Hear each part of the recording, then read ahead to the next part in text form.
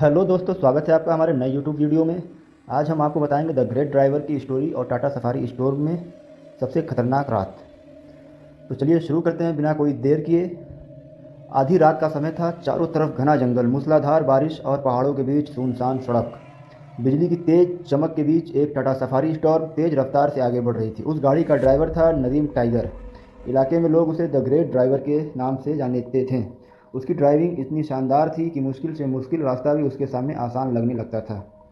उसने कभी किसी चुनौती से हार नहीं मानी। अचानक उसके फ़ोन पर एक कॉल आई। नदीम, एक बच्ची की हालत बहुत गंभीर है, उसे 30 मिनट के अंदर अस्पताल पहुंचाना होगा, नहीं तो उसकी जान बचाना मुश्किल हो जाएगा। टाइगर ने बिना एक पल गवाए अपनी सफारी स्टॉर्म का एक्सीलरेटर दबा दिया। इंजन की गरज पूरे जंगल में गूंज उठी। स्पीड बढ़ती गई 80, 100, 120, 140, 150 किलोमीटर प्रति घंटा। बारिश इतनी तेज थी कि सामने कुछ भी दिखाई नहीं दे रहा था। चारों तरफ धुआं धुआं था। तभी पहाड़ से बड़े बड़े पत्थर सड़क पर गिरने लगे। पीछे बैठे लोग घबरा गए, लेकिन टाइगर बिल्कुल शांत था। उसने बिजली जैसी फुर्ती से स्टीयरिंग घुमाया और टाटा सफारी स्टॉर्म पत्थरों के बीच से ऐसे निकाली जैसे किसी फिल्म का स्टंट हो।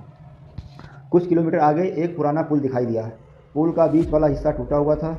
रुकने का मतलब था बच्ची की ज़िंदगी खतरे में पड़ना। ड्राइवर ने गहरी सांस ली और पूरी ताकत से एक्सीलरेटर दबा दिया।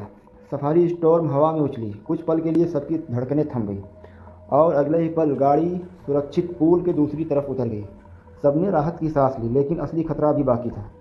पीछे से 3 काली गाड़ियां उनका पीछा कर रही थीं। गोलियों की आवाज़ गूंजने लगी। ड्राइवर ने तेज़ी से गाड़ी को मोड़ा और एक संकरी पहाड़ी सड़क पर चढ़ गया। पहली पीछा करने वाली गाड़ी फिसल कर खाई में गिर गई। दूसरी गाड़ी चट्टान से टकरा गई। तीसरी गाड़ी अब भी पीछा कर रही थी। तभी सामने एक लंबी सुरंग दिखाई दी। ड्राइवर ने सुरंग में घुसते ही सफारी स्टॉर्म की हेडलाइट बंद कर दी। उसे रास्ता याद था, लेकिन पीछा करने वाले ड्राइवर को कुछ दिखाई नहीं दिया। कुछ ही सेकंड में उसकी गाड़ी सुरंग की दीवार से टकरा गई। अब रास्ता पूरी तरह साफ था। नदीम ने पूरी रफ्तार से सफारी स्टॉर्म अस्पताल के सामने रोकी।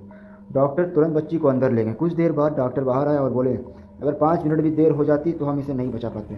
बच्ची के माता पिता की आंखों में आंसू खुशी के आ गए। उन्होंने नदीम का धन्यवाद किया।